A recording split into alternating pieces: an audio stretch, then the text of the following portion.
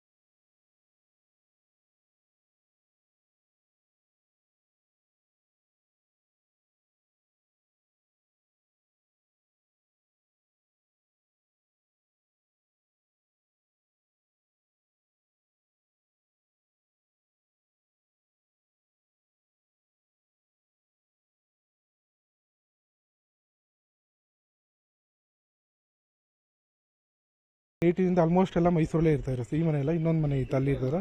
ಈ ಮನೆ ಬಂದು 2 years ಆಯ್ತು ಸರ್. ಅವರು ಏನು ಹೇಳ್ತಾ ಇದ್ರು ಅಂದ್ರೆ 4-5 ಜನ ಇದ್ದೀವಿ, ನಮಗೋಸ್ಕರನೇ ಅವ್ರು ಮೈಸೂರು ಬರ್ತಾ ಇದೆ ಸರ್. ಮೈನ್ ಅವ್ರು ಏನು ಹೇಳ್ತಾ ಇದ್ರು, ಇನ್ನೇ ಐತೆ ನಮ್ಮ ಮೈಸೂರಲ್ಲಿ ನೀವುಗಳಿದ್ದೀರಾ ಅಂತಲೇ ಮೈಸೂರು ಬರ್ತಾ ಇದೆ. ಅದರಲ್ಲಿ ಪವನ್, ಅನಿಲ್, ಕಿಶನ್, ಅರುಳು, ಸತೀಶು, ಒಂದು 6-7 ಜನ ಇದ್ರು. ನನ್ನ ಪ್ರಾಣಗಳು ಅಂತ ಯಾವಾಗಲೂ ಹೇಳ್ತಾ ಇದ್ರು. ನಿಮ್ ಬಿಟ್ಟು ನಂಗೆ ಇರೋಕ್ಕಾಗಲ್ಲ ಅಂತ ಹೇಳ್ತಾ ಇದ್ರು ಸರ್. ನನ್ನ ಬೆಳಗ್ಗೆ ಮಾಮೂಲಿ ಒಂದು ಹುಡುಗಿ ಇದ್ದಾರೆ ಇಲ್ಲಿ, ಅವ್ರು ನೋಡ್ಕೋತಾ ಇರಲ್ಲ. ಬೆಳಿಗ್ಗೆ ಒಂದು 5 o'clockಗೆ ಅಮ್ಮ ಯಾಕೋ ರಾತ್ರಿ ಎಲ್ಲ ಡಿಸ್ಕಂಫರ್ಟ್ ಅಂತ ಇದು ಮಾಡ್ತಾಯಿದ್ರು, ರಾತ್ರಿ ಎಲ್ಲ ನಿದ್ದೆ ಮಾಡಿಲ್ಲ, ಒಂದು ಸ್ವಲ್ಪ ಬೇಗ ಬರ್ತೀರಾ ಅಂತ ಅಂದರು. ಸರಿ ಭಾಗ್ಯ ಬರ್ತೀನಿ ಅಂದ್ಬಿಟ್ಟು ಅವರೇ ಭಾಗ್ಯ ಅಂತಲೇ ಎಲ್ಲ ಅವರೇ ನೋಡ್ಕೋತಾ ಇದ್ದೀವಿ ಇಲ್ಲಿ. ಬರ್ತೀನಿ ಅಂದ್ಬಿಟ್ಟು ನಾನೇ ಮಾಡಿದೆ, ಡಾಕ್ಟರ್ ಇದ್ದಾರಲ್ಲ ಅವ್ರಿಗೆ ಫೋನ್ ಮಾಡಿದೆ.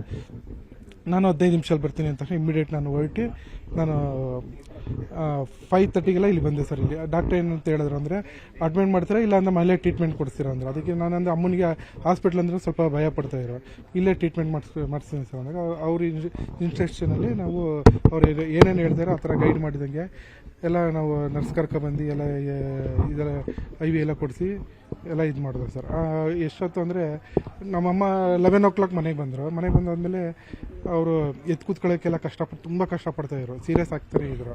ನಮ್ಮಮ್ಮ ಏನಂತಂದರೆ ಹುಡುಗಾಟ ಆಡಬೇಡ, ಅಮ್ಮ ತುಂಬ ಇದು ಮಾಡ್ತಾರೆ, ಅಡ್ಮಿಟ್ ಮಾಡಿಬಿಟ್ರೆ ಒಳ್ಳೇದು ಅಂತ. ಅವ್ರ ಮೊಮ್ಮಗಳು ಬ್ಯಾಂಗ್ಳೂರಲ್ಲಿ ಇದ್ದಾರೆ, ಅವ್ರಿಗೆ ಫೋನ್ ಮಾಡಿ ಹೇಳಿದೆ, ಹಿಂಗೆ ಆಕ್ಸೋಮೀಟಲ್ಲಿ ಇದೆಲ್ಲ ಕಡಿಮೆ ಆಗ್ತಾಯಿತ್ತು, ಪಲ್ಸ್ ಎಲ್ಲ ಹಿಂಗೆ ಆಗ್ತಾಯಿದೆ ಅಂತ ತಕ್ಷಣ ಇಮಿಡಿಯೇಟ್ ಹಂಗಾರೆ ಹಾಸ್ಪಿಟ್ಲಿಗೆ ಕಡಿಮೆ ಮಾಡಿ ನಾವು ಬರ್ತೀವಿ ಅಂತ ಹೇಳಿ 12 ಗಂಟೆಗೆ ಅಪೋಲೋ ಹಾಸ್ಪಿಟ್ಲಿಗೆ ಕರ್ಕೋದೆ ಸರ್. ಅಲ್ಲಿ ಹೋದ ತಕ್ಷಣ ಏನು ಹೇಳಿದ್ರೆ ಅಂದರೆ 20-30% ನಾವು ಗ್ಯಾರಂಟಿ ಕೊಡ್ತೀವಿ ಅಷ್ಟೇ. ಅವ್ರಿಗೆ ಕಿಡ್ನಿದೆಲ್ಲ ಒಂದು ಸ್ವಲ್ಪ ಏನೇನೋ ಪ್ರಾಬ್ಲಮ್ ಆಗ್ತಿದೆ, ಇನ್ಫೆಕ್ಷನ್ ಎಲ್ಲ ಇದು ಬ್ಲಡ್ಡಿಗೆ ಆಗ್ಬಿಟ್ಟಿದೆ ಅಂತ ಹೇಳಿದ್ರು ಸರ್. ಇದು ಅಂತ್ಯಕ್ರಿಯೆ ಇದು ಇವಾಗ ನಾವು 8 o'clock ಮಹಾರಾಜ ಗ್ರೌಂಡಲ್ಲಿ ಸಾರ್ವಜನಿಕ ಜನಕ್ಕೋಸ್ಕರ ಅಲ್ಲಿ ದರ್ಶನಕ್ಕೋಸ್ಕರ ಅಲ್ಲಿ 3 o'clock ಗಂಟೆ ಅಲ್ಲಿ ಇರ್ತೀವಿ. ಅದಾದ್ಮೇಲೆ ನಮ್ಮದು ಫಾರ್ಮ್ ಹೌಸ್ ಇದೆ ಸರ್, ನಮ್ಮದು ಸ್ವಂತ, ಅಲ್ಲಿ ತಗೊಂಡು ಹೋಗ್ತೀವಿ. ಈಗ ಅಮ್ಮನ ಆಸೆ ಏನಾಗಿತ್ತು ಸರ್? ಅದೇ ಮೈಸೂರಲ್ಲಿ ಅವ್ರ ಮಗನೂ ಇದೇ ಮನೇಲಿ ಪ್ರಾಣ ಬಿಟ್ಟಿದ್ದು. ಅವ್ರದ್ದು ಹೈದರಾಬಾದಲ್ಲಿ ಪ್ಯಾಲೇಸ್ ಥರ ಐತೆ ಸರ್ ಮನೆ. ಅವ್ರು ಅಲ್ಲಿ ಎಲ್ಲ ಬಿಟ್ಟು ನಮ್ಮ ಪ್ರೀತಿಗೂ and என்னோட பெரிய பொண்ணு வருஷம்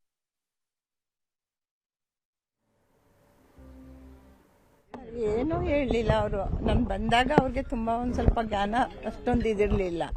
ಬಂದ ತಕ್ಷಣನೇ ಇವ್ರಿಗೆ ಹೇಳ್ದೆ, ನನಗೆ ತುಂಬ ಸೀರಿಯಸ್ಸಲ್ಲಿದ್ದಾರೆ, ಕರ್ಕೊಂಡು ಹೊರಟೋಗ್ಬಿಡೋದ ಅಂತ ಅಂದ್ಬಿಟ್ಟು ನಾನೇ ಕರ್ಕೊಂಡೋಗಿದ್ದೆ ಆಂಬುಲೆನ್ಸಲ್ಲಿ. ಅವರು ನನಗೆ ಆಗ್ತಾಯಿಲ್ಲ ಅಂತ ಹೊಟ್ಟೆ ನೋವು ಅನ್ನೋದು ಬಿಟ್ಟರೆ ಇನ್ನೇನು ಅಂತಿಲ್ಲ. ನಾವಿದ್ದೀವಿ, ಏನೂ ಆಗಲ್ಲ ಅಂತ ಧೈರ್ಯ ಕೊಟ್ವಿ ಅಷ್ಟೇ. ಅಷ್ಟು ಬೇಗ ಹಾಸ್ಪಿಟ್ಲಿಗೆ ಕರ್ಕೊಂಡೋದ್ವಿ ಅಷ್ಟೇ. ಅದೇ ಅವರು ಏನು ಅಂದರೆ ಪ್ರತಿಯೊಬ್ಬರಿಗೂ ನೀವೇ ಬರಲಿ ಬೇರೆಯವರೇ ಬರಲಿ ಮಕ್ಕಳಿಗಿಂತ ಹೆಚ್ಚಾಗಿ ಪ್ರೀತಿ ಮಾಡೋರು. ಅದೊಂದು ಇಲ್ಲಿರೋರೆಲ್ಲರೂ ಅವ್ರ ಮಕ್ಕಳೇನೆ. ನಿಜವಾಗ್ಲೂ ಅಷ್ಟು ಯಾರಿಗೂ ಅವರು ದೊಡ್ಡವರು ಚಿಕ್ಕವರು ಅವ್ರು ಕಡಿಮೆ ಇದ್ದಾರೆ ಆ ಥರ ಇಲ್ಲ, ಎಲ್ಲರನ್ನೂ ಮಕ್ಕಳ ಥರನೇ ಪ್ರೀತಿ ಮಾಡೋರು. ಯಾರೇ ಬರಲಿ ನೀವೆಲ್ಲರೂ ನಮ್ಮ ಮಕ್ಕಳೇ ಅಂತ ಪ್ರೀತಿ.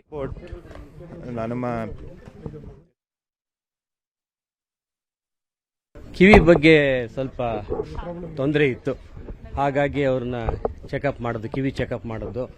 ಅದಕ್ಕೆ ಕೊನೆಗೆ ಅವ್ರಿಗೆ ತುಂಬ nerve weakness. What really stood out for me always with her was the way she was kind and embracing and immediately accepted everyone into her life with so much love. And you can see that every fan here, everyone you've spoken to has had a story to tell about her with her. So she lived a life where she was surrounded by, people that she loved, people who loved her more than life itself. And what better life can one lead than that? I think it has been amazing to be in her presence, and I'm sure her presence will continue to resonate all around us in her music for my generation, future generations, and everybody. So again, we are happy that we are here. She was very cheerful. I don't know. ಕಿವಿ ಬಗ್ಗೆ ಸ್ವಲ್ಪ ತೊಂದರೆ ಇತ್ತು, ಹಾಗಾಗಿ ಅವ್ರನ್ನ checkup ಮಾಡೋದು, ಕಿವಿ checkup ಮಾಡೋದು. ಅದಕ್ಕೆ ಕೊನೆಗೆ ಅವ್ರಿಗೆ ತುಂಬ ನರ್ವ್ ವೀಕ್ನೆಸ್ ಜಾಸ್ತಿ ಆದ್ದರಿಂದ ಅನಿವಾರ್ಯವಾಗಿ ಅವ್ರಿಗೆ ಕಿವಿಯ ಹೀರಿಂಗ್ ಏಡ್ ಹಾಕಲೇಬೇಕಾಗಿ ಬಂತು. ಅದಕ್ಕೆ ತುಂಬ ಸಹಕ ಮೊದಲು ಸ್ವಲ್ಪ ರಿಲೆಕ್ಟೆಂಟ್ ಆಗಿದ್ರು, ಬೇಡ ನನಗೆ ಅಂತ. ಆದರೆ ತುಂಬ ಕಷ್ಟ ಆಗ್ತಿತ್ತು ಅವ್ರಿಗೆ ಜನಗಳ ಮಾತನ್ನ ಕೇಳಿಸ್ಕೊಳ್ಳೋದು. ಕೊನೆಗೆ ಹೀರಿಂಗ್ ಏಡ್ ಹಾಕಿದ್ಮೇಲೆ ಚೆನ್ನಾಗಿ ಕೇಳಿಸ್ಕೊತಾ ಇದ್ರು. ಇದೇ 3 ದಿನದಲ್ಲೂ ನಾವು ನವೀನೆಲ್ಲ ಮೀಟ್ ಮಾಡಿ ರಾತ್ರಿ ಮಾತಾಡ್ಕೊಂಡು ಹೋಗಿದ್ವಿ. ಚೆನ್ನಾಗಿ ಮಾತನಾಡ್ತಿದ್ರು.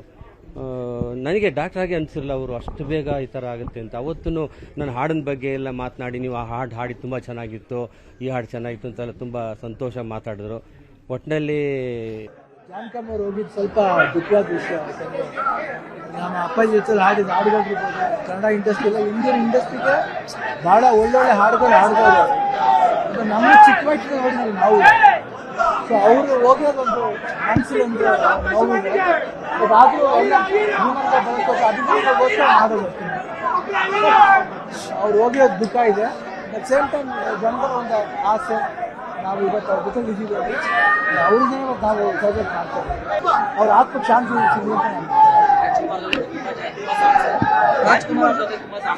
ತುಂಬ ಸಂಸಾರ, ತುಂಬ ಹಾಡುಗಳಾಗಿದೆ. ಅದು ಭಾಳ ನೆನಪುಗಳು ಜಾಸ್ತಿ ಇದೆ. ನಾವು ರೆಕಾರ್ಡಿಂಗ್ ಸ್ಟುಡಿಯೋಗೆ ಹೋಗ್ಬೇಕಾದ್ರೆ ಅವ್ರು ಆಡಿದ ಹಾಡುಗಳನ್ನ ಭಾಳ ತುಂಬ ಪ್ರೀತಿ ನಾವೆಲ್ಲ ನಮ್ಮ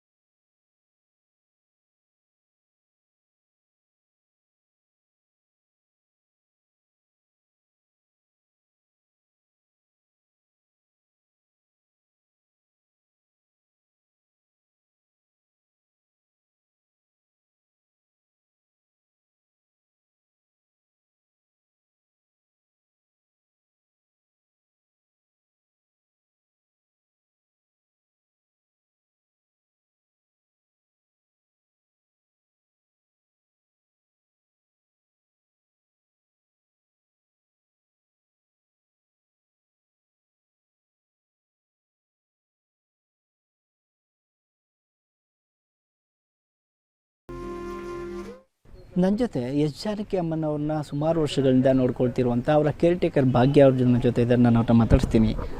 ಅಮ್ಮ ಅವರ ದಿನಚರಿ ಹೇಗಿರ್ತಿತ್ತು? ತಾವು ಎಷ್ಟು ವರ್ಷಗಳಿಂದ ಇಲ್ಲಿದ್ದೀರಿ ಅಮ್ಮ? ನಾನಿಲ್ಲಿ ಬಂದು 8 ಇಯರ್ಸ್ ಆಯಿತು. ಅಮ್ಮನ ದಿನಚರಿ ಅಂದರೆ ಫಸ್ಟು ಭಯ ಇತ್ತು. ಇಂಥ ಒಂದು ಲೆಜೆಂಡರಿ ಜೊತೆ ನಾನು ಅವ್ರಿಗೆ ಏನಿಷ್ಟ ಇಲ್ಲ ಅಂತ ನನಗೆ ಗೊತ್ತಿಲ್ಲ. ಹಾಗಾಗಿ ಭಯ ಆಯಿತು ಅಷ್ಟೇ. ಜಾಸ್ತಿ ನಮ್ಮನ್ನು ಕೇರ್ ಮಾಡಿರೋದು, ಅದರಲ್ಲೂ ಕೋವಿಡ್ ಟೈಮಲ್ಲಿ ನಮ್ಮನ್ನು ಪ್ರೊಟೆಕ್ಟ್ ಮಾಡಿರೋದು ನವೀನ್, ಪವನ್, ಕಿಶನ್, ಅನಿಲ್. ಯಾವುದೇ ಸಿಚುವೇಷನಲ್ಲಿ ನಾವು ಹೊರಗಡೆ ಬಂದೇ ಇಲ್ಲ. ಆ್ಯಕ್ಚುಲಿ ನಾವು ಕೋವಿಡ್ದು ವ್ಯಾಕ್ಸಿನ್ ಕೂಡ ತಗೊಂಡಿಲ್ಲ. ಅಂಥ ಒಳ್ಳೆ ಚೆನ್ನಾಗಿ ನಮ್ಮನ್ನು ನೋಡ್ಕೊಂಡಿದ್ದಾರೆ. ನಾನು ಅಮ್ಮನ ಮಗ, ಅಣ್ಣ, ಅಮ್ಮ 3 ಜನ ತುಂಬ ಅಂದರೆ ತುಂಬ ಕೇರ್ ತೊಗೊಂಡು ನೋಡ್ಕೊಂಡಿದ್ದಾರೆ. ಅಮ್ಮ ಪ್ರತಿನಿತ್ಯ ಎಷ್ಟು ಗಂಟೆಗೆ ಎದ್ದೇಳ್ತಾ ಇದ್ರು? ಅವ್ರ ದಿನಚರಿ ಹೇಗಿರ್ತಾ ಇತ್ತು? ಅವರು ಸಮ್ಟೈಮ್ಸ್ ಒಂದು 4:15ಗೆ ಎದ್ದೇಳ್ಬಿಡ್ತಾಯಿದ್ರು. ಇನ್ನು ಕೆಲವೊಂದು ಟೈಮ್ಲಿ 7:30 ಆದ್ರೂ ಎದ್ದೇಳ್ತಾ ಇರಲಿಲ್ಲ. ಅಂದರೆ ಲೇಟಾಗಿ ಮಲಗಿದ್ರೆ ಲೇಟಾಗಿ ಎದ್ದೇಳ್ತಾರೆ, ಬೇಗ ಮಲಗಿದ್ರೆ ಬೇಗ ಎದ್ದೇಳ್ತಾಯಿದ್ರು. ಸೊ ಹಾಗಾಗಿ ಇಷ್ಟೇ ಗಂಟೆಗೆ ಅಂತ ಹೇಳಲಿಕ್ಕಾಗಲ್ಲ. ಅಂದರೆ ಬೇಗ ಎದ್ದು ವಾಕಿಂಗ್ ಎಲ್ಲ ಮಾಡ್ತಾಯಿದ್ರು. ವಾಕಿಂಗ್ ಅಂದರೆ ಇದ್ರಲ್ಲ, ಮನೆ ಸರೌಂಡಲ್ಲೇ ಸುತ್ತಿ ಮಾಡ್ತಾಯಿದ್ರು. ಮಾಮೂಲಿ ಆ್ಯಕ್ಚುಲಿ 8 ಗಂಟೆಗೆ ತಿಂಡಿ. ಅವ್ರಿಗೆ ಇಷ್ಟವಾದದ್ದು ಅಂದರೆ ಇಡ್ಲಿನೇ. ಅವ್ರಿಗೆ ಏನೇನು ನೀವು ಇನ್ನು ಬೇರೆ ಥರ ಮಾಡಿಕೊಟ್ರು ಇಡ್ಲಿನೇ ಇಷ್ಟ ಅವರಿಗೆ. ಹಾಗಾಗಿ ಅವ್ರಿಗೆ ಮಸಾಲೆ ಐಟಮ್ ತಿನ್ನಲ್ಲ. ಮತ್ತು ಕೋಕೋನಟ್ಟು, ಈರುಳ್ಳಿ, ಬೆಳ್ಳುಳ್ಳಿ ಅದೆಲ್ಲ ತಿನ್ನಲ್ಲ. ಅವ್ರಿಗೂ ಫುಡ್ಡು ಸಾಧಾರಣವಾದದ್ದು, ಬಟ್ ಚೆನ್ನಾಗೇ ಇರುತ್ತೆ ಅದು ಕೂಡ. ಸೊ ನಾನು ಕಲ್ತಿದ್ದೆ, ನನ್ನ ಕುಕ್ಕಿಂಗೇ ಗೊತ್ತಿಲ್ಲ, ಅಮ್ಮನಿಂದನೇ ಕಲ್ತಿದ್ದು ನನಗೆ. ಅವ್ರು ತುಂಬ ಚೆನ್ನಾಗಿ ಅಂತಲ್ಲ, ನನಗೆ ಗೊತ್ತಿಲ್ಲ, ಬಟ್ ಅವ್ರಿಗೇನು ಇಷ್ಟ ಅಂತ ನಾನು ಅವ್ರನ್ನ ಕೇಳಿ ತಿಳ್ಕೊಂಡು ಮಾಡ್ಕೊಡೋದಕ್ಕೆ ಟ್ರೈ ಮಾಡ್ತಾಯಿದ್ದೆ. ಆಮೇಲೆ ಇನ್ನೊಂದು ಅಂದರೆ ನನಗೆ ಕಷ್ಟ ಆಗುತ್ತೆ ಅಂತೇಳಿ ಅವರೇ ಟ್ರೈ ಮಾಡ್ತಾಯಿದ್ರು. ಅವ್ರ ಕೆಲಸ ಅವರೇ ಮಾಡ್ಕೋತಾಯಿದ್ರು. ಜಾಸ್ತಿ ಅವ್ರಿಗೇನಾದರೂ ಆಗಲ್ಲ ಅಂದಾಗ ನನ್ನ ಸಪೋರ್ಟ್ ತಗೋತಾಯಿದ್ರು. ಅಷ್ಟು ಬಿಟ್ಕಂದ್ರೆ ನನಗೆ ಯಾವತ್ತೂ ನನ್ನ ಮೇಲೆ ಅಷ್ಟೊಂದು ಪ್ರೆಷರ್ ಹಾಕಿಲ್ಲ. ಒಂದು ಕಾಫಿ ಕೂಡ ಅವರು ನನ್ನನ್ನು ಕೊಡು ಅಂತ ಆರ್ಡ್ರ್ ಮಾಡಿಲ್ಲ, ಕೊಡ್ತೀವಾ ಅಂತ ಕೇಳ್ತಾಯಿದ್ರು, ರಿಕ್ವೆಸ್ಟ್. ಈಗ ಕರ್ಕೊಂಡಿದ್ದೀವಿ ಅಮ್ಮನ್ನ, ಇಡೀ ಪ್ರಪಂಚ ದುಃಖದಲ್ಲಿದೆ, ತಾವು ಏನು ಹೇಳ್ತೀವಿ? ಇಡೀ ಪ್ರಪಂಚ ದುಃಖದಲ್ಲಿದೆ, ಖಂಡಿತವಾಗಿ ಇಲ್ಲ ಅಂತ ನಾನು ಹೇಳಲ್ಲ. ಅದಕ್ಕೆ ನಾನು ತುಂಬ ನಾನು ಕೂಡ ನನ್ನನ್ನೇ ನಾನು ಕಳ್ಕೊಂಡಂಗಿದೆ. ಅದನ್ನು ವ್ಯಕ್ತಪಡಿಸೋದಕ್ಕಾಗ್ತಾಯಿಲ್ಲ. Thank you so much. ಇದಿಷ್ಟು ಅವರ ಕೇರ್ ಟೇಕರ್ ಆಗಿದ್ದಂತಹ ಭಾಗ್ಯ ಅವರ ಮಾತುಗಳು. ಕ್ಯಾಮ್ರಾ ಪರ್ಸನ್ ರಾಹುಲ್ ಜೊತೆ ಆನಂದ್ KS News 18 ಮೈಸೂರು.